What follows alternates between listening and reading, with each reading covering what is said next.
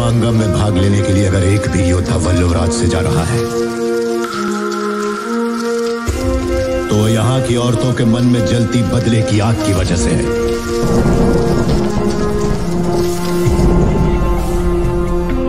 ऐसी ही वीरांगनाओं की कोख से मैंने और तुमने जन्म लिया है।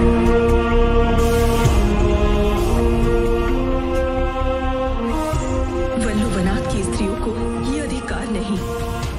कैसे हुई प्रभास और एसएस राजामौली के बीच दोस्ती, कैसे लिखा गया प्रभास के लिए बाहुबली का किरदार, और क्या बातें करते थे प्रभास और एसएस राजामौली रात भर। नमस्कार दोस्तों, मैं स्वाति और बॉलीग्राज स्टूडियो के यूट्यूब चैनल पर आप सभी का बहुत स्वागत है।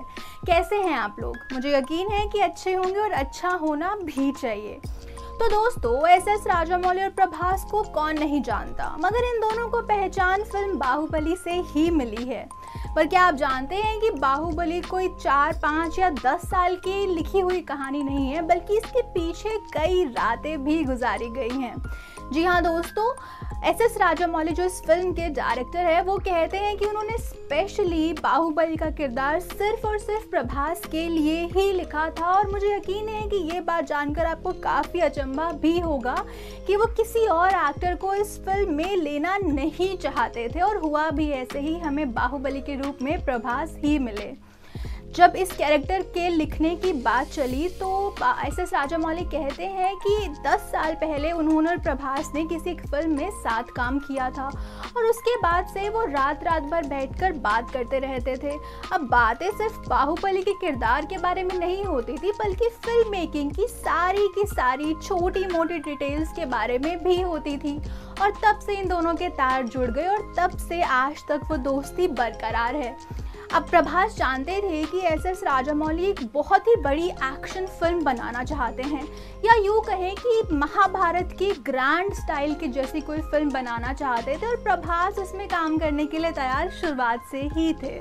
फिल्म के डायरेक्टर एसएस राजामौली बताते हैं कि प्रभास ने अपने आप को करीबन 3.5 साल तक बाकी सभी कामों से दूर रखा और अपने आप को पूरी तरीके से इस फिल्म के लिए समर्पित भी किया।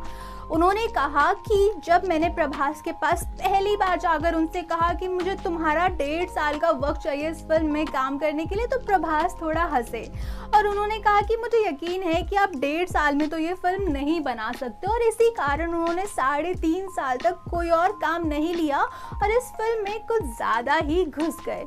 और अंत में इस फिल्म को बनाने में करीबन 5.5 साल लगे और प्रभास इसके लिए भी तैयार थे। अब प्रभास और एसएस राजामौली रात भर बैठकर इस फिल्म पर काम करते थे, और दोनों में से किसी को भी कैरेक्टर को लेकर या कहानी को लेकर कुछ भी छोटी मोटी चीज़ याद आती तो उसे लिख देते थे, और इस तरीके से ये फिल्म एक काफ़ी ज़्यादा ऐतिहासिक फिल्म बन गई। इसके आगे एसएस राजामौली बताते हैं कि प्रभास इस फिल्म से तब से जुड़े हुए हैं तब जब कैरेक्टर्स भी लिखे नहीं गए थे। वो कहते हैं कि फिल्म के बाकी कैरेक्टर्स जैसे कि कटप्पा या फिर शिवगामी या फिर अनुष्का के कैरेक्टर्स पहले लिखे गए और उसके हिसाब से कलाकारों को लिया गया, लेकिन प्रभास के साथ ऐसा नहीं है। ये कैरेक्टर उनके हिसाब से लिखा गया है, यानी कि पहले प्रभास को चुना गया और फिर उनके हिसाब से कैरेक्टर लिखा गया। तो ये उससे बहुत पहले से इस फिल्म के साथ जुड़े हुए हैं। तो कुछ इस तरीके से ये फिल्म एक बहुत ही ऐतिहासिक और बहुत ही सुपर डुपर हिट फिल्म बन गई।